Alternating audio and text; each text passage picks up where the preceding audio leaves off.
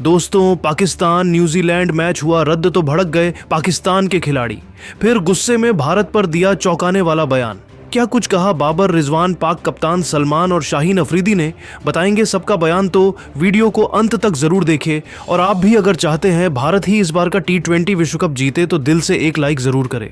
बाबर आजम ने dressing room का दरवाजा पटकते हुए मीडिया के कैमरों की तरफ देखकर गरजते हुए कहा कि आज जो कोलंबो के मैदान पर हुआ है वह कुदरत का करिश्मा नहीं, बल्कि टीम इंडिया और BCCI की लिखी हुई एक सोची समझी स्क्रिप्ट है। बाबर का गुस्सा 7वें आसमान पर था और उन्होंने बिना किसी डर के सीधे तौर पर आरोप लगाया कि टीम इंडिया हमें मैदान पर हराने का दम नहीं रखती, इसीलिए उन्होंने न्यूजीलैंड के खिलाफ हमारे इस अहम मुकाबले में साजिश रची है। बाबर ने दहाड़ते हुए कहा कि हम पूरी तरह तैयार थे कि आज न्यूजीलैंड को ऐसी धूल चटाएंगे कि दुनिया देखती रह जाएगी, लेकिन भारत हमारी उस जीत से डर गया था। सबको पता था कि अगर आज खेल होता तो न्यूजीलैंड की टीम हमारे सामने टिक नहीं पाती और पाकिस्तान शान से सुपर 8 में पहुंच जाता। इसी डर की वजह से BCCI ने अपनी क्रिकेटिंग गुंडागर्दी दिखाते हुए वेन्यू को दुबई शिफ्ट नहीं होने दिया। साफ जाहिर है कि ICC और BCCI दोनों मिले हुए हैं और इनका एकमात्र मकसद पाकिस्तान को न्यूजीलैंड जैसी टीमों के खिलाफ अंक बटोरने से रोकना है।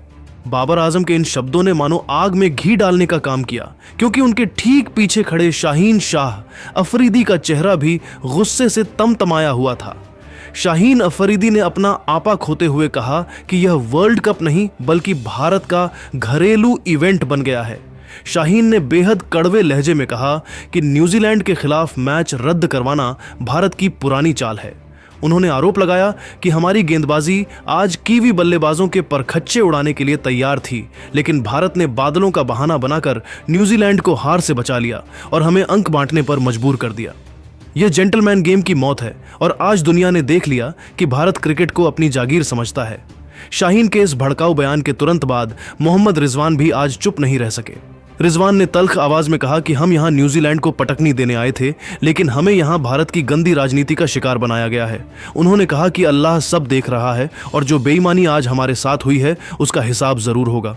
रिजवान ने दावा किया कि BCCI ने जानबूझकर ऐसा वेन्यू चुना जहां पाकिस्तान के मैच धुलने की पूरी संभावना थी, क्योंकि वे जानते थे कि न्यूजीलैंड के खिलाफ जीत हमें बहुत मजबूत कर देगी। रिजवान ने सवाल उठाया कि क्या ICC सिर्फ भारत के इशारों पर नाचने के लिए बनी है? भारत ने अपनी हार के डर से और न्यूजीलैंड को हमसे बचाने के लिए क्रिकेट की साख को मिट्टी में मिला दिया है। रिजवान ने आगे कहा कि हमारे पास ऐसी रणनीति थी जिससे न्यूजीलैंड का टॉप ऑर्डर ताश के पत्तों की तरह बिखर जाता, लेकिन साजिशकर्ताओं ने मैदान को तालाब बना दिया। इसी बीच पाकिस्तान के कप्तान सलमान अली आगा, जो प्रेस कॉन्फ्रेंस में पहले ही फूट फूट कर रो चुके थे, दोबारा मीडिया के सामने आए और इस बार उनकी आंखों में प्रतिशोध की आग थी। सलमान आगा ने कड़क आवाज में कहा कि मैं आज पूरी दुनिया के सामने यह ऐलान करता हूं कि न्यूजीलैंड के खिलाफ हमारे 2 अंकों को छीनने का मुख्य गुनहगार भारत और उसकी घमंडी क्रिकेट बॉडी BCCI है। सलमान ने आरोप लगाया कि पर्दे के पीछे ऐसी डील्स हुई हैं जिनमें ICC के लोग भारत के करोड़ों रुपयों के आगे झुक गए हैं। उन्होंने कहा कि न्यूजीलैंड को हराना हमारा हक था जिसे भारत ने छीना है। यह संयोग नहीं हो सकता कि हर बार पाकिस्तान के ऐसे मैच रद्द होते हैं जहां हम पूरी तरह हावी होते हैं। सलमान आगा ने चेतावनी भरे लहजे में कहा कि भारत ने जो आज हमारे साथ किया है उसका खामियाजा पूरी क्रिकेट बिरादरी को भुगतना पड़ेगा।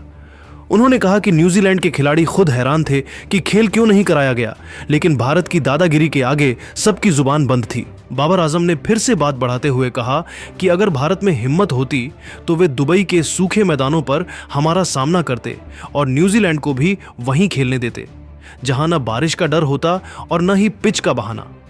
लेकिन भारत जानता है कि पाकिस्तानी टीम इस वक्त जिस फॉर्म में है उसे और न्यूजीलैंड को हराना उनके बस की बात नहीं थी। इसलिए उन्होंने ICC के साथ मिलकर एक ऐसा जाल बुना जिसमें हमें बिना खेले ही हार स्वीकार करनी पड़े। बाबर ने BCCI पर निजी हमला बोलते हुए कहा कि वे न्यूजीलैंड जैसी टीमों को मोहरा बनाकर पाकिस्तान क्रिकेट को बर्बाद करने के मिशन पर निकले हैं। शाहीन अफरीदी ने भी स्वर में सुर मिलाते हुए कहा कि जब जब पाकिस्तान न्यूजीलैंड को कुचलने के लिए तैयार होता है तब तब भारत इसी तरह की चालें चलता है। शाहीन ने कहा कि ICC अब इंटरनेशनल क्रिकेट काउंसिल नहीं बल्कि इंडियन क्रिकेट काउंसिल बन चुकी है और हमें ऐसी संस्था से न्याय की कोई उम्मीद नहीं है। इन चारों दिग्गजों के बयानों ने सोशल मीडिया पर एक ऐसा तूफान खड़ा कर दिया है जिसे संभालना अब आईसीसी के बस से बाहर होता जा रहा है। पाकिस्तान के इन खिलाड़ियों का गुस्सा साफ तौर पर यह संदेश दे रहा है कि वे न्यूजीलैंड के खिलाफ मैच रद्द होने को भारत की एक गहरी चाल मानते हैं। बाबर, शाहीन, रिजवान और सलमान आगा का एक ही सुर में भारत को विलेन ठहराना यह साफ करता है कि पाकिस्तान क्रिकेट अब आर पार की लड़ाई के मूड में है। उन्होंने आरोप लगाया कि बीसीसीआई ने जानबूझकर न्यूजीलैंड को पाकिस्तान के हाथों हारने से बचाया ताकि अंक तालिका में भारत की स्थिति सुरक्षित रहे। यह विवाद अब थमता नजर नहीं आ रहा है। दोस्तों, सलमान आगा के बहते आंसू और बाबर शाहीन का यह उग्र रूप क्या वाकई क्रिकेट में किसी बड़े बदलाव की आहट है? क्या आप मानते हैं कि बीसीसीआई ने पर्दे के पीछे से ऐसी चाल चली है कि न्यूजीलैंड के खिलाफ पाकिस्तान को अंक न मिल सके, या फिर ये सब सिर्फ अपनी नाकामी छुपाने के लिए भारत को निशाना बनाने का एक तरीका है? पाकिस्तान के इन खिलाड़ियों ने जिस तरह से भारत, आईसीसी और न्यूजीलैंड के मैच को लेकर सवाल उठाए हैं, उसने क्रिकेट की दुनिया को दो हिस्सों में बांट दिया है। क्या वाकई पाकिस्तान को जानबूझकर टारगेट किया जा रहा है?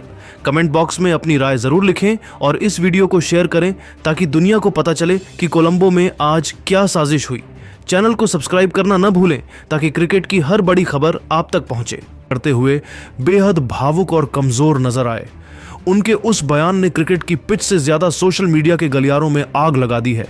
सलमान आगा का कैमरे के सामने फूट फूट कर रोते हुए यह कहना कि भारत की वजह से हमें इस मूसलाधार बारिश में खेलना पड़ रहा है और भारत ने जानबूझकर हमारे हक के 2 पॉइंट्स हमसे छीन लिए हैं, यह साफ तौर पर दर्शाता है कि पाकिस्तान की टीम इस वक्त कितने भारी मानसिक दबाव और हताशा के दौर से गुजर रही है। उनकी आंखों के आंसू उनकी टीम की लाचारी की गवाही दे रहे थे। सुपर 8 की यह लड़ाई अब पाकिस्तान के लिए इतनी ज्यादा कठिन, पेचीदा और डरावनी हो चुकी है कि अब उनके सिर पर टूर्नामेंट से बाहर होने की नंगी तलवार लटक रही है। अब स्थिति यह है कि अगर पाकिस्तान अपना अगला मुकाबला इंग्लैंड या श्रीलंका जैसी मजबूत टीमों से हार जाता है तो फिर सलमान आगा के ये आंसू, उनके ये जज्बाती बयान और भारत पर लगाए गए ये सनसनीखेज आरोप भी उनकी टीम को डूबने से नहीं बचा पाएंगे। पाकिस्तान के लिए अब कुदरत के भरोसे नहीं बल्कि खुद के दम पर करिश्मा करने का समय है, वरना कोलंबो की यह बारिश उनके वर्ल्ड कप जीतने के सपने को पूरी तरह बहा ले जाएगी।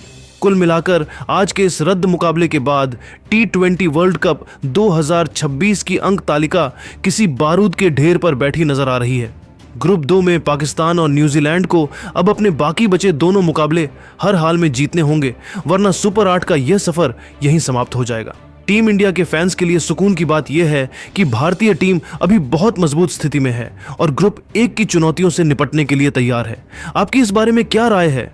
क्या आपको लगता है कि बारिश के कारण अंक बंटने से पाकिस्तान के साथ नाइंसाफी हुई है, या फिर सलमान आगा का भारत पर निशाना साधना सिर्फ अपनी नाकामी छुपाने का एक तरीका है? हमें कमेंट सेक्शन में अपनी कीमती और महत्वपूर्ण राय IND चैंपियन या क्रिकेट पॉलिटिक्स लिखकर जरूर दें, क्योंकि मैं आपके हर एक कमेंट को बहुत ही गहराई और बारीकी से पढ़ता हूं। अगर आपको हमारा यह विस्तृत, गहन और ताज़ा आंकड़ों पर आधारित पॉइंट्स टेबल एनालिसिस पसंद आया हो तो इस वीडियो को एक जोरदार लाइक जरूर करें और क्रिकेट की हर इनसाइड स्टोरी, हर विवाद और हर समीकरण के लिए हमारे चैनल को अभी सब्सक्राइब करें। और हमें पूरा भरोसा था कि आज हम पाकिस्तान को हरा सकते थे, लेकिन बिना एक भी गेंद खेले मैच रद्द हो जाना हमारे लिए बेहद निराशाजनक है। उन्होंने आगे कहा, सबको पता है कि श्रीलंका में इस समय बारिश आम बात है, फिर भी वर्ल्ड कप जैसे बड़े टूर्नामेंट में यहाँ इतने अहम मुकाबले रखे जाना समझ से बाहर है।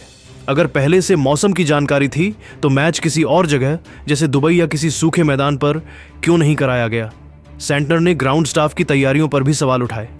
मैं खुद देख रहा था कि आउटफील्ड में पानी भरा हुआ था, कवर हटाने और मैदान सुखाने में भी काफ़ी समय लग रहा था। वर्ल्ड कप स्तर के मुकाबले में ऐसी कमज़ोर तैयारी स्वीकार नहीं की जा सकती। इसके बाद उन्होंने भारत को लेकर और भी बड़ा आरोप लगाया। सेंटनर ने कहा, मुझे ऐसा लगता है कि इसमें भारत की भी एक बड़ी चाल हो सकती है। मैं सीधे किसी पर आरोप नहीं लगाना चाहता,